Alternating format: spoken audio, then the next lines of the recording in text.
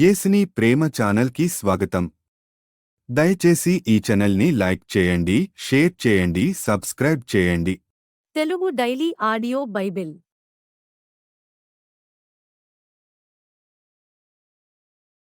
నిర్గమకాండము 22వ అధ్యాయము. ఒకడు ఎద్దునైనను గొర్రెనైనను దొంగిలించి దాని అమ్మినను చంపినను ఆ ఎద్దుకు ప్రతిగా 5 ఎద్దులను ఆ గొర్రెకు ప్రతిగా 4 గొర్రెలను ఇయ్యవలెను. దొంగ కన్నము వేయుచుండగా వాడు దొరికి చచ్చునట్లు కొట్టబడిన ఎడల అందువలన రక్తాపరాధం ఉండదు.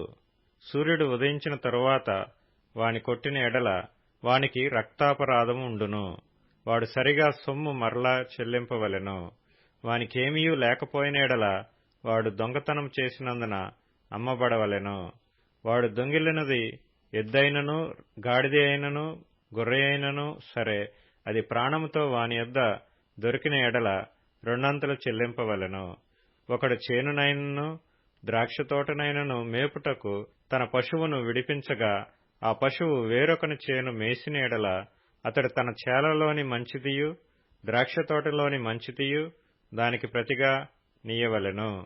అగ్ని రగిలి ముండ్ల కంపలు అంటుకొనుట వలన పంట కుప్పయైనను పంట పైరైనను చేనైనను కాలిపోయిన ఎడల అగ్నినంటించిన వాడు ఆ నష్టమును అచ్చుకొనవలెను.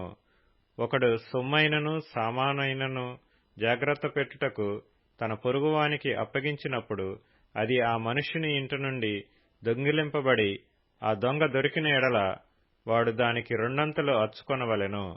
ఆ దొంగ దొరకని ఎడల ఆ ఇంటి యజమానుడు తన పొరుగువాని పదార్థములను తీసుకొనెనో లేదో పరిష్కారమగుటకై దేవుని యొద్దకు రావలెను. ప్రతి విధమైన ద్రోహమును గూర్చి అనగా ఎద్దును గూర్చి గాడిదను గూర్చి గొర్రెను గూర్చి బట్టను గూర్చి పోయిన దానినొకడు చూచి ఇది నాదని చెప్పిన దాని గూర్చి ఆ ఇద్దరి వ్యాజ్యము దేవుని యొద్దకు తేబడవలెను. దేవుడు ఎవని మీద నేరము స్థాపించునో వాడు తన పొరుగువానికి రెండంతలు అచ్చుకొనవలెను. ఒకడు గాడిదనైనను ఎద్దునైనను గొర్రెనైనను మరి ఏ జంతువునైనను కాపాడుటకు తన పొరుగువానికి అప్పగించిన మీదట అది చచ్చినను హాని పొందినను ఎవడనూ చూడకుండగా తోలుకొని పోబడినను వాడు తన పొరుగువాని సొమ్మును తీసుకొంటలేదనుటకు యెహోవా ప్రమాణము వారి మధ్య నుండవలెను. సొత్తుదారుడు ఆ ప్రమాణమును అంగీకరింపవలెను. ఆ నష్టమును అచ్చుకొనక్కర్లేదు. అది నిజముగా వాని యొద్ద నుండి దొంగిలింపబడిన ఎడల సొత్తుదారునికి ఆ నష్టమును అచ్చుకొనవలెను. అది నిజముగా చీల్చబడిన ఎడల వాడు సాక్ష్యము కొరకు దాని తేవలెను. చీల్చబడిన దాని నష్టమును అచ్చుకొనక్కర్లేదు. ఒకడు తన పొరుగువాని యొద్ద దేనినైనను బదులు తీసుకొని పోగా దాని యజమానుడు దాని యొద్ద లేనప్పుడు అది హాని పొందినను చచ్చినను దాని నష్టమును అచ్చుకొనవలెను. దాని యజమానుడు దానితో నిండిన ఎడల దాని నష్టమును అచ్చుకొనక్కర్లేదు. అది అద్దెదైన ఎడల అది దాని అద్దెకు వచ్చెను. ఒకడు ప్రదానము చేయబడని ఒక కన్యకను మరలు కొల్పి ఆమెతో శయనించిన ఎడల ఆమె నిమిత్తము ఓలి ఇచ్చి ఆమెను పెండ్లి చేసుకొనవలెను. ఆమె తండ్రి ఆమెను వానికి ఇయ్యనొల్లని ఎడల వాడు కన్యకల ఓలి చొప్పున సొమ్ము చెల్లింపవలెను. శకునము చెప్పు దానిని బ్రతకనీయకూడదు. మృగ సంయోగము చేయు ప్రతివాడు నిశ్చయముగా మరణశిక్ష నొందవలెను. యెహోవాకు మాత్రమే గాక వేరొక దేవునికి బలి అర్పించువాడు శాపగ్రస్తుడు. పరదేశిని విసికింపవద్దు, బాధింపవద్దు.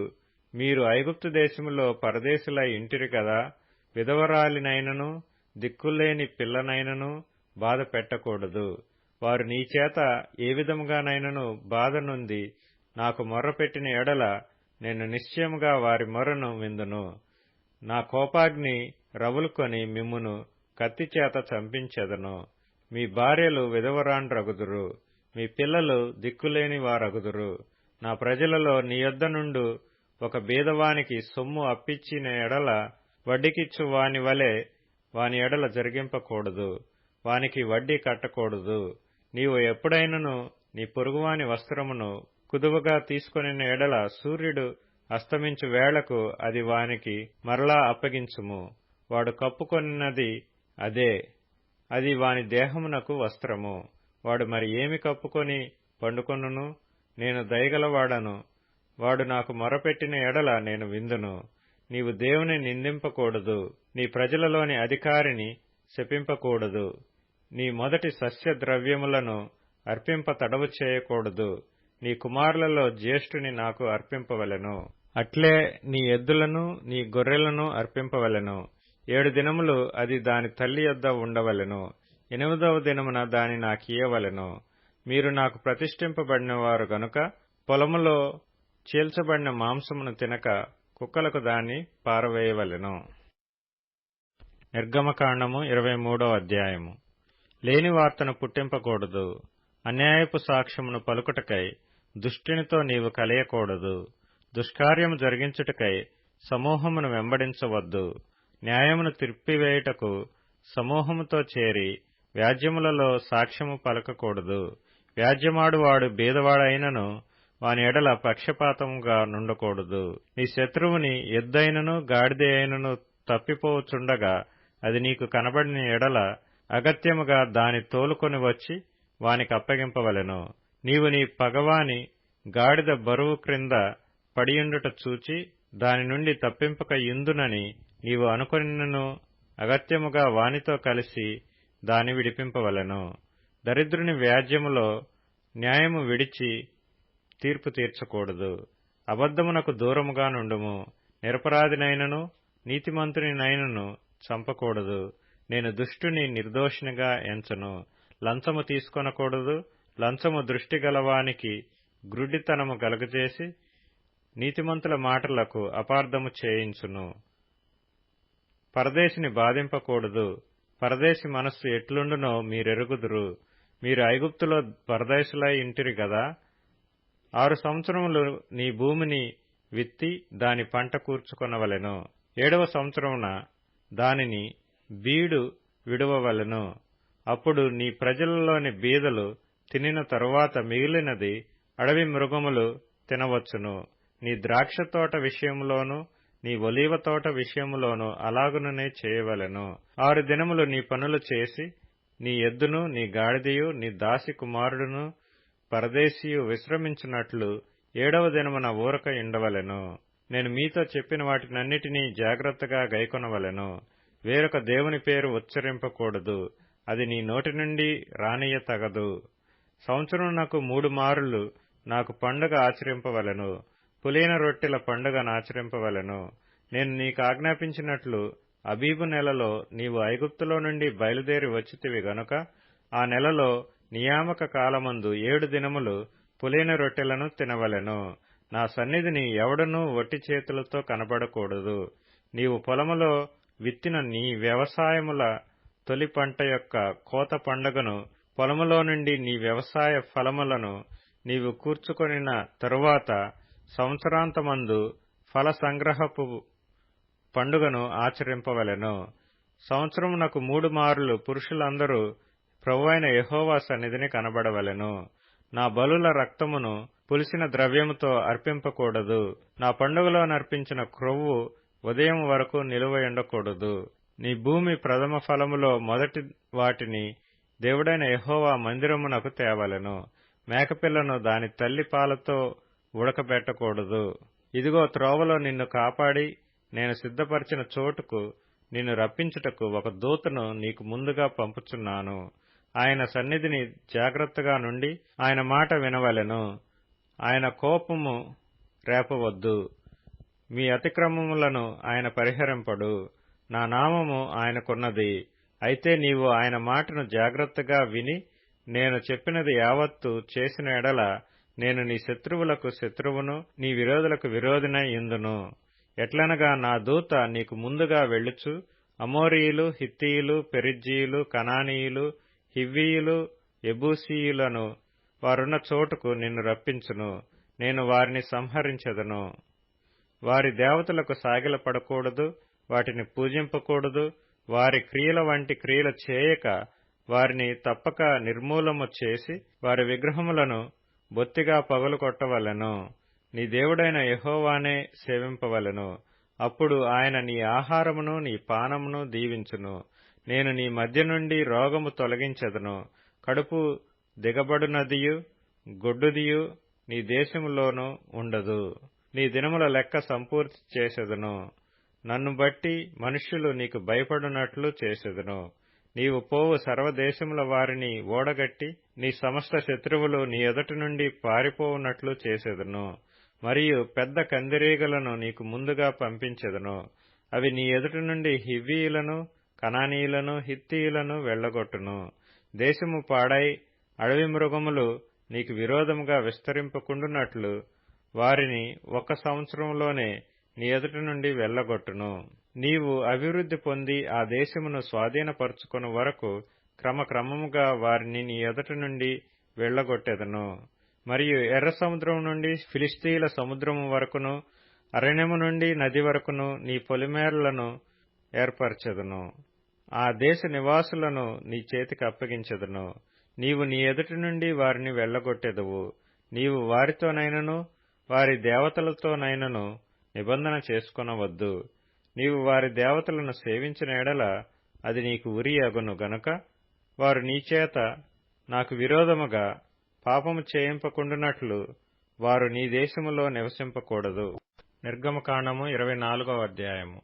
మరియు ఆయన మోషేతో ఇట్లనెను, నీవును అహరోనును నాదాబును అబీహును ఇశ్రాయేలీల పెద్దలలో 70 మందియు యెహోవా యొద్దకు ఎక్కి వచ్చి దూరమున సాగిలపడుడి. మోషే మాత్రము యెహోవాను సమీపింపవలెను. వారు సమీపింపకూడదు. ప్రజలు అతనితో ఎక్కి రాకూడదు. మోషే వచ్చి యెహోవా మాటలన్నిటినీ విధులన్నిటినీ ప్రజలతో వివరించి చెప్పెను. ప్రజలందరూ యెహోవా చెప్పిన మాటలన్నిటి ప్రకారము చేసెదమని ఏక శబ్దంతో ఉత్తరమిచ్చిరి. మరియు మోషే యెహోవా మాటలన్నిటినీ వ్రాసి ఉదయమందు లేచి ఆ కొండ దిగువను బలిపీఠమును ఇశ్రాయేలు 12 గోత్రములు చొప్పున 12 స్తంభములను కట్టి ఇశ్రాయేలీలలో యవనస్తులను పంపగా వారు దహన బలులు నర్పించి యెహోవాకు సమాధాన బలులుగా కోడెలను వధించిరి. అప్పుడు మోషే వాటి రక్తములో సగము తీసుకొని పళ్ళెములలో పోసి ఆ రక్తములో సగము బలిపీఠం మీద ప్రోక్షించెను. అతడు నిబంధన గ్రంథమును తీసుకొని ప్రజలకు వినిపింపగా వారు యెహోవా చెప్పినవన్నీయు చేయుచు విధేయులమై యుందుమనిరి. అప్పుడు మోషే రక్తమును తీసుకొని ప్రజల మీద ప్రోక్షించి, ఇదిగో ఈ సంగతులన్నిటి విషయమై యెహోవా మీతో చేసిన నిబంధన రక్తము ఇదే అని చెప్పెను. తరువాత మోషే, అహరోను, నాదాబు, అబీహు ఇశ్రాయేలీయుల పెద్దలలో 70 మందియు ఎక్కిపోయి ఇశ్రాయేలీల దేవుని చూచిరి. ఆయన పాదముల క్రింద నిగనిగలాడు నీలమయమైన వస్తువు వంటిదియు ఆకాశమండలపు తేజము వంటిదియు ఉండెను. ఆయన ఇశ్రాయేలీలలోని ప్రధానులకు ఏ హానియూ చేయలేదు. వారు దేవుని చూచి అన్నపానములు పుచ్చుకొనిరి. అప్పుడు యెహోవా మోషేతో ఇట్లనెను, నీవు కొండ ఎక్కి నా యొద్దకు వచ్చి అచ్చట నుండుము. నీవు వారికి బోధించినట్లు నేను వారికి ఆజ్ఞలను, ధర్మశాస్త్రమును, రాతి పలకలను నీకిచ్చేదననగా మోషేయు అతని పరిచారకుడైన యెహోషువయు లేచిరి. మోషే దేవుని కొండ మీదకి ఎక్కెను. అతడు పెద్దలను చూచి, మేము మీ యొద్దకు వచ్చు వరకు ఇక్కడనే యుండుడి. ఇదిగో అహరోనును హూరును మీతో ఉన్నారు. ఎవనికైనను వ్యాజ్యమున్న ఎడల వారి యొద్దకు వెళ్లవచ్చునని వారితో చెప్పెను. మోషే కొండ మీదికి ఎక్కినప్పుడు ఆ మేఘము కొండను కమ్మెను. యెహోవా మహిమ సీనాయి కొండ మీద నిలిచెను. మేఘము 6 దినములు దాని కమ్ముకొనెను. 7వ దినమున ఆయన మేఘములో నుండి మోషేను పిలిచినప్పుడు యెహోవా మహిమ ఆ కొండ శిఖరము మీద దహించు అగ్నివలే ఇశ్రాయేలీల కన్నులకు కనబడెను. అప్పుడు మోషే ఆ మేఘములో ప్రవేశించి కొండ మీదికి ఎక్కెను. మోషే ఆ కొండ మీద రేయింబవళ్లు 40 దినములు ఉండెను. మత్తయి సువార్త 20వ అధ్యాయము. ఈ ప్రకారమే కడపటివారు మొదటివారగుదురు, మొదటివారు కడపటివారగుదురు. యేసు యెరూషలేమునకు వెళ్లనయ్యున్నప్పుడు ఆయన 12 మంది శిష్యులను ఏకాంతముగా తీసుకునిపోయి మార్గమందు వారితో ఇట్లనెను, ఇదిగో యెరూషలేమునకు వెళుచున్నాము. అక్కడ మనుష్య కుమారుడు ప్రధాన యాజకులకును శాస్త్రులకును అప్పగింపబడును. వారాయనకు మరణశిక్ష విధించి ఆయనను అపహసించుటకును, కొరడాలతో కొట్టుటకును, సిలువ వేయుటకును అన్యజనులకు ఆయనను అప్పగింతురు. 3వ దినమున ఆయన మరలా లేచును. అప్పుడు జెబెదయి కుమారుల తల్లి తన కుమారులతో ఆయన యొద్దకు వచ్చి నమస్కారము చేసి ఒక మనవి చేయబోగా, నీవేమి కోరుచున్నావని ఆయన అడిగెను. అందుకామె, నీ రాజ్యమందు ఈ నా 2 కుమారులలో ఒకడు నీ కుడివైపునను ఒకడు నీ ఎడమ వైపునను కూర్చుండ సెలవిమ్మని ఆయనతో అనెను. అందుకు యేసు, మీరేమి అడుగుచున్నారో అది మీకు తెలియదు. నేను త్రాగబోవు గిన్నెలోనిది మీరు త్రాగగలరా అని అడుగగా వారు త్రాగగలమనిరి. ఆయన, మీరు నా గిన్నెలోనిది త్రాగుదురు కాని నా కుడి వైపునను నా ఎడమ వైపునను కూర్చుండనిచ్చుట నా వశమున లేదు. నా తండ్రి చేత ఎవరికి సిద్ధపరచబడెనో వారికే అది దొరుకునని చెప్పెను. తక్కిన 10 మంది శిష్యులు ఈ మాట విని ఆ 2 సహోదరుల మీద కోపపడిరి. గనక యేసు తన యొద్దకు వారిని పిలిచి, అన్యజనులలో అధికారులు వారి మీద ప్రభుత్వము చేయుదురనియు, వారిలో గొప్పవారు వారి మీద అధికారము చేయుదురనియు మీకు తెలియను. మీలో అలాగుండకూడదు. మీలో ఎవడు గొప్పవాడై ఉండగోరునో వాడు మీ పరిచారకుడై ఉండవలెను. మీలో ఎవడు ముఖ్యుడై ఉండగోరునో వాడు మీ దాసుడై ఉండవలెను. అలాగే మనుష్య కుమారుడు పరిచారము చేయించుకొనుటకు రాలేదు గాని పరిచారము చేయుటకును, అనేకులకు ప్రతిగా విమోచన క్రయధనముగా తన ప్రాణమునిచ్చుటకును వచ్చెనని చెప్పెను. వారు యెరికో నుండి వెళ్ళుచుండగా బహుజన సమూహము ఆయన వెంట వెళ్ళెను. ఇదిగో, త్రోవ పక్కను కూర్చున్న 2 గ్రుడ్డివారు యేసు ఆ మార్గమున వెళ్ళుచున్నాడని విని, ప్రభువా, దావీదు కుమారుడా, మమ్ము కరుణింపుమని కేకలు వేసిరి. ఊరకుండుడని జనులు వారిని గద్దించిరి గాని వారు, ప్రభువా, దావీదు కుమారుడా, మమ్ము కరుణింపుమని మరి బిగ్గరగా కేకలు వేసిరి. యేసు నిలిచి వారిని పిలిచి, నేను మీకేమి చేయగోరుచున్నారని అడుగగా వారు, ప్రభువా, మా కన్నులు తెరవవలెననిరి. కాబట్టి యేసు కనికరపడి వారి కన్నులు ముట్టెను. వెంటనే వారు దృష్టి పొంది ఆయన వెంట వెళ్ళిరి. దయచేసి ఈ ఛానల్ని లైక్ చేయండి, షేర్ చేయండి, సబ్స్క్రైబ్ చేయండి.